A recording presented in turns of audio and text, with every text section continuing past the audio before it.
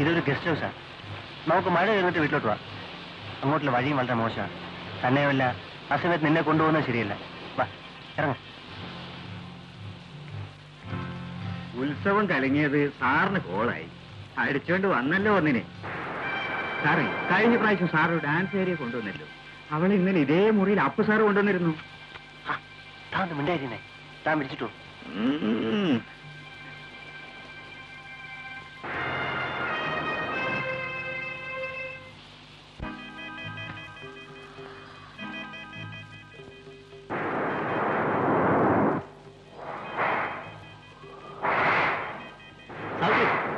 നിനക്ക് ഇതൊക്കെ പിഴിഞ്ഞ് ഉണക്കായിട്ടൂടായിരുന്നു?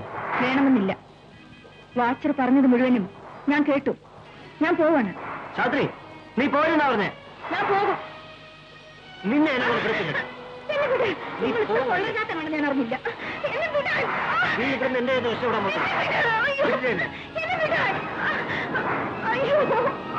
പറയുന്നേട്ടോ. നീ പോവല്ലേ?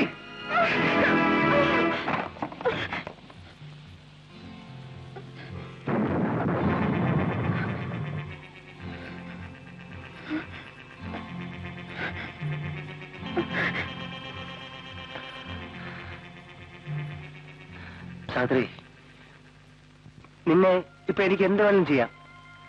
പക്ഷെ ഞാനത് ചെയ്യില്ല. നിന്റെ അനുവാദം ഇല്ലാതെ നിന്റെ ശരീരത്തെ ഞാൻ തൊടില്ല. നിന്നെ ഞാൻ അത്രമാത്രം സ്നേഹിക്കുന്നു സാവിത്രി. സാവിത്രി, സാവിത്രിയെ കണ്ട നിമിഷം മുതൽ ഞാൻ മറ്റൊരു പെണ്ണിനെ കുറിച്ച് ചിന്തിച്ചിട്ടില്ല, മുഖത്ത് നോക്കിയിട്ടില്ല. നിന്നെപ്പോലെ പരിശുദ്ധിയും സുന്ദരിയുമായ ഒരു പെണ്ണിന്റെ ഭർത്താവാനുള്ള യോഗ്യത എനിക്കില്ലായിരിക്കും. പോട്ടെ. സാവിത്രിക്ക് അറിയാമോ സ്നേഹത്തിന് വേണ്ടിയുള്ള ദാഹം, അതിന്റെ വേദന, അത് ഏറ്റവും കൂടുതൽ അനുഭവിക്കുന്നവനാണ് ഞാൻ. സാവിത്രി, ഞാൻ സാവിത്രിയെ വിവാഹം കഴിച്ചോട്ടെ? എനിക്ക് ഒരു ജീവിതം തരില്ലേ? നമുക്കും നമ്മുടെ കുഞ്ഞുങ്ങൾക്കും ഒരു കുടുംബമായിട്ട് ജീവിക്കാം.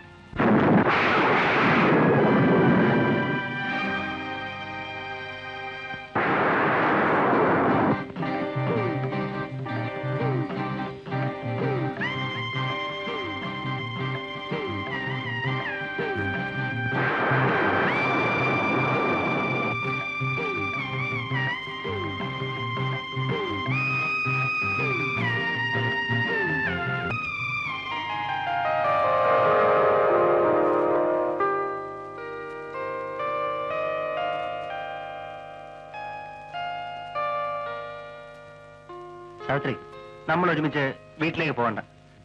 അമ്മയ്ക്ക് എന്തെങ്കിലും സംശയം തോന്നിയാലോ? ഇതാ ഇപ്പൊ ഒരു ബസ്സുണ്ട്. ഞാൻ സാവിത്രിയെ ബസ് സ്റ്റാൻഡിൽ വിടാം. അതാ നല്ലത്. ഉച്ച കഴിഞ്ഞ് ഞാനങ്ങെത്താം. വരൂ.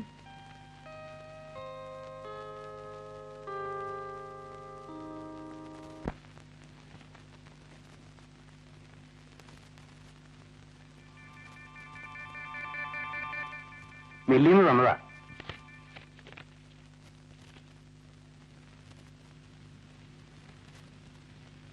പണം വേണമല്ലേ? നാളെ തരാം.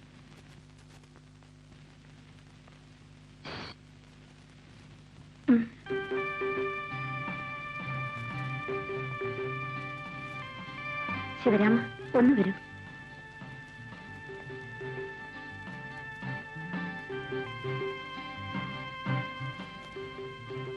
എന്താ വേണ്ടേ? ഇതിന്റെ പുറത്ത് അളന്ന് ഒന്നെടുത്തു തരൂ. എന്താ വച്ചമ്മേ?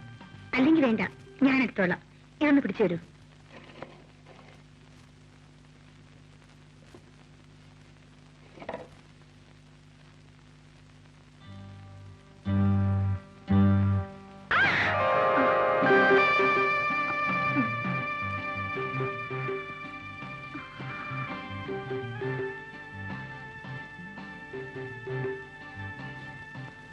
ഞാൻ പോണു.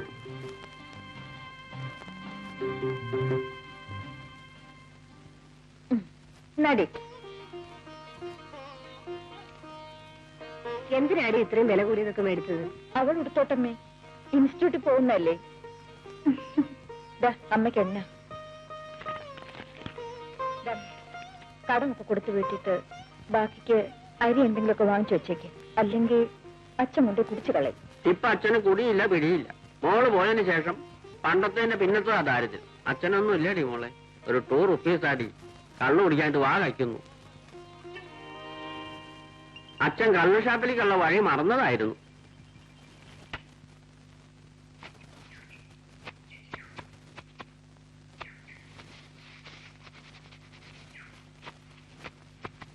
സാവിത്രി, നീ എപ്പോഴാ പോകുന്നത്?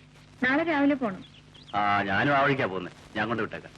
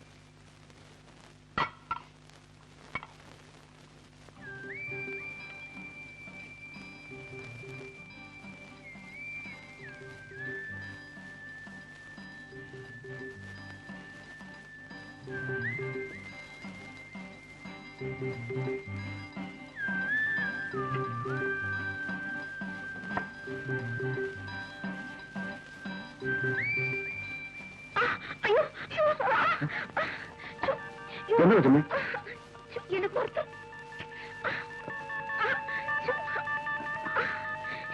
ഒന്ന് നോക്ക്. ഒന്ന് കൈയിട്ട് നോക്കൂ. ഒന്ന് കൈയിട്ട് നോക്കിക്കേ. ഇവിടെ ഇവിടെ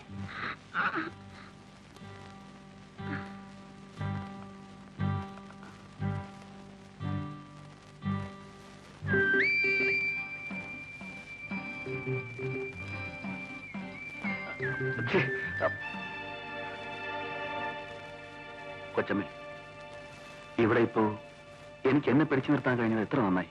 ശിവരാമ, ഞാനൊരു സ്ത്രീയാണ്. എന്റെ ഭർത്താവിന് സുഖമില്ല.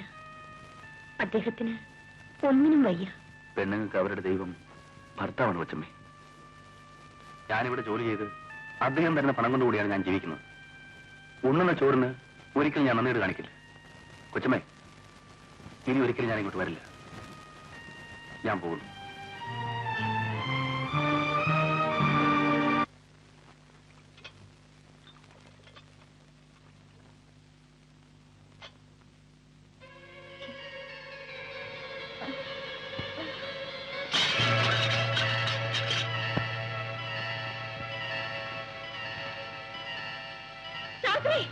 അയ്യോ, എന്തു പറ്റി?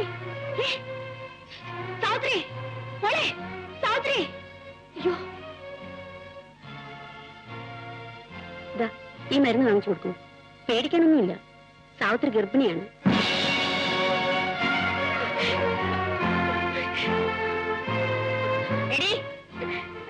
ആരാണിത്? കരയുന്നു. ഇതിന്റെ ആളാരെന്നാ ചോദിച്ചത്? നിന്റെ തന്റെയും തള്ളിയും വന്ന് ചോദിക്കുമ്പോ ഞാൻ എന്ത് സമാധാനം പറയും? പറയടി, ആരായത്? നീ പറയില്ല ആരാന്ന്. നീ പറഞ്ഞില്ലെങ്കിൽ നിന്നെ ചവിട്ടി കൊന്ന് കുഴിച്ചുകൂടെ ഇവിടെ പറഞ്ഞേക്കാം. പറയ ആരാണ്?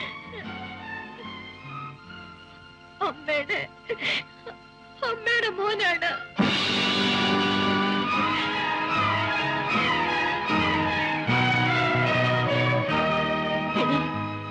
ഞാൻ നിന്നെ എന്റെ മോളെ പോലെയാണ് കരുതിയിരുന്നത്. ആ നീ എന്നോടിത് കാണിച്ചല്ലോടി. നല്ലവളാണെന്ന് വിചാരിച്ചാണ് നിന്നെ ഈ കുടുംബത്തിൽ ഞാൻ കയറ്റിയത്. എന്റെ കുടുംബത്തിന്റെ അന്തസ്സ് നീ തകർത്തല്ലോടി. ഇതിനേക്കാൾ എനിക്കല്പം വിഷം തന്നെ കൊന്നിട്ട് എന്റെ വീട്ടിൽ നിനക്കിത് ചെയ്യാമായിരുന്നു. എന്റെ പൊന്നുമോളെ, നിങ്ങൾക്കൊക്കെ സഹായമല്ലാതെ ഈ അമ്മ വേറെ ഒന്നും ചെയ്തിട്ടില്ല. ആ എന്നോടിത് വേണം. എടാ, അവിടെ നില്ല. നീ എന്റെ മോനാണോടാ? എന്താടാ ഈ കണ്ടു? എന്താ അമ്മേ? എന്താ? എന്താണെന്നോ നിനക്കൊന്നും അറിഞ്ഞൂടാ അല്ലേ? എടാ, ഇവിടെ നിനക്കറിയാമോ? ഇവിടുത്തെ വേലക്കാരി പെണ്ണ്, ഇവളുടെ കുഞ്ഞിന്റെ അച്ഛൻ നീയാണെന്നാണ് ഇവൾ പറയുന്നത്. വാസ്തവനോടാ? ആണെങ്കിൽ ഈ നിമിഷം ഇവിടെയും കൊണ്ട് പടിയിറങ്ങണം. അതാണ് ശരി. നിങ്ങൾ രണ്ടുപേരും ഒരുമിച്ച് വേണം ജീവിക്കാൻ. എടാ, നിനക്ക് ഈ കുടുംബത്തിന്റെ അന്തസ്സിനെ കുറിച്ച് ചിന്തിക്കാനുള്ള വകതിയില്ലാതെ പോയല്ലോടാ. ഇറങ്ങണ അവളെയും കൊണ്ട്. അയ്യോ അമ്മ, ഞാനിതൊന്നും അറിഞ്ഞതല്ല. എനിക്കിതൊന്നും അറിഞ്ഞുകൂടാ. അമ്മ ആരോ തെറ്റിദ്ധരിപ്പിച്ചതാ. ഇവള് തന്നെയാണോ പറഞ്ഞത്? എടി, സത്യം പറ, ഇവനാണോ? അതെ അമ്മയുടെ ഈ മോൻ തന്നെയാണ്. എന്റെ ജീവിതം നശിപ്പിക്കരുത്. എന്നെ രക്ഷിക്കണം. എനിക്ക് വേറെ ആരുമില്ല. സാവിത്രി, നീ എന്താണ് ഈ പറയുന്നത്? എനിക്കൊന്നും മനസ്സിലാകുന്നില്ല. നിന്നെ ഞാനോ? നിനക്ക് എവിടുന്ന ഒരു അബദ്ധം പറ്റി? ആരോ നിന്നെ ചായച്ചു? ആരാ പറ. അവനെ കൊണ്ട് നിന്നെ ഞാൻ വിവാഹം കഴിപ്പിക്കാം. നീ വെറുതെ എന്തിനാ എന്റെ പേര് പറയുന്നത്? പാവം അമ്മയോട് അത് വിശ്വസിച്ചു. സാവിത്രി, നിന്നെ ഞാൻ ഇങ്ങനെയല്ല കരുതിയത്. അമ്മയ്ക്കിത് വരണം. പിടിച്ചു നിർത്തിക്ക് ഓരോ നിന്നെ മോളെന്നും പറഞ്ഞോണ്ട് ഇപ്പൊ ചീത്ത പേര് എനിക്കായി. മതിയായല്ലോ. ഒന്നും പറയണ്ട പച്ചമ്മേ, ഇതിങ്ങനൊക്കെ സ്വഭാവമായത്. ഏതെങ്കിലും കൊള്ളാവുന്ന വീട്ടിൽ കയറി വിലക്ക് നിൽക്കുക, എവിടെയെങ്കിലും പോയി ഇതുപോലെ ഒന്ന് സമ്പാദിച്ചു വരിക, എന്നിട്ട് തറവാട്ടിൽ പറഞ്ഞ പിള്ളേരെ തലയെ കെട്ടിവെക്കുക. സ്വത്തിനവകാശിയായല്ലോ. എടോ, താൻ ഒന്നും പറയണ്ട. അമ്മയ്ക്ക് ഇപ്പൊ ഇവളെ വിശ്വാസം. അമ്മ ഒരു കാര്യം ചെയ്യും, ഇവളെ പിടിച്ച് മരുമകളാക്കി ഇവിടെ ഇരുത്തിക്കോ. വല്ലവന്റെയും കൊച്ചിനെ എനിക്ക് വയ്യ. ഞാൻ താ പോവാ. എടി, പറഞ്ഞത് കേട്ടില്ലേ? എന്റെ മോനെ ഞാൻ അങ്ങനെയല്ല പഠിപ്പിച്ചത്, അങ്ങനെയല്ല വളർത്തിയത്. എന്റെ മോനെ കുറിച്ച് വേണ്ടാതീനം പറയുന്നു. ഇറങ്ങി പുറത്ത്. ഇല്ലമ്മേ, ഞാൻ പോവില്ല. അമ്മ എന്നെ പറഞ്ഞു വിടരുത്. ഞാൻ എങ്ങോട്ട് പോകും? ഞാൻ ഇവിടെ കിടന്ന് മരിച്ചോളാം. അമ്മ എന്നെ കൊന്നുകളാം. ഞാൻ പോവില്ലമ്മേ.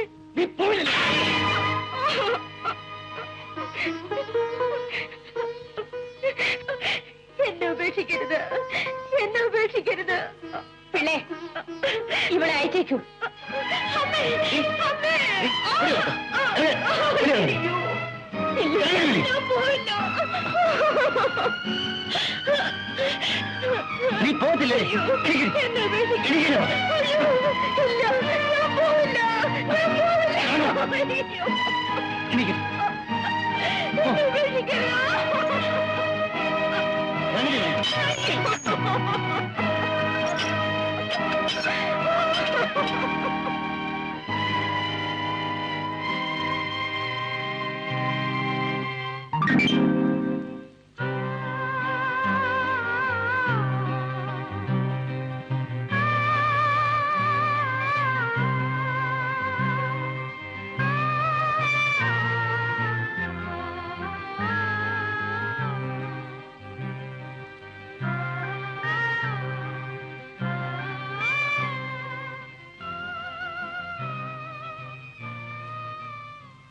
മാധവി അറിയുന്നതിന് സാവിത്രി അവിടെ എത്തിച്ചേർന്നിരിക്കുമെന്ന് വിശ്വസിക്കുന്നു.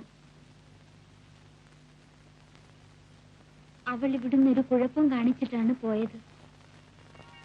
അവൾ ഗർഭിണിയാണ്. അതിന്റെ ഉത്തരവാദിത്വം എന്റെ മോന്റെ തലയിൽ കെട്ടിവെക്കാൻ അവൾ ശ്രമിക്കുകയും ചെയ്തു.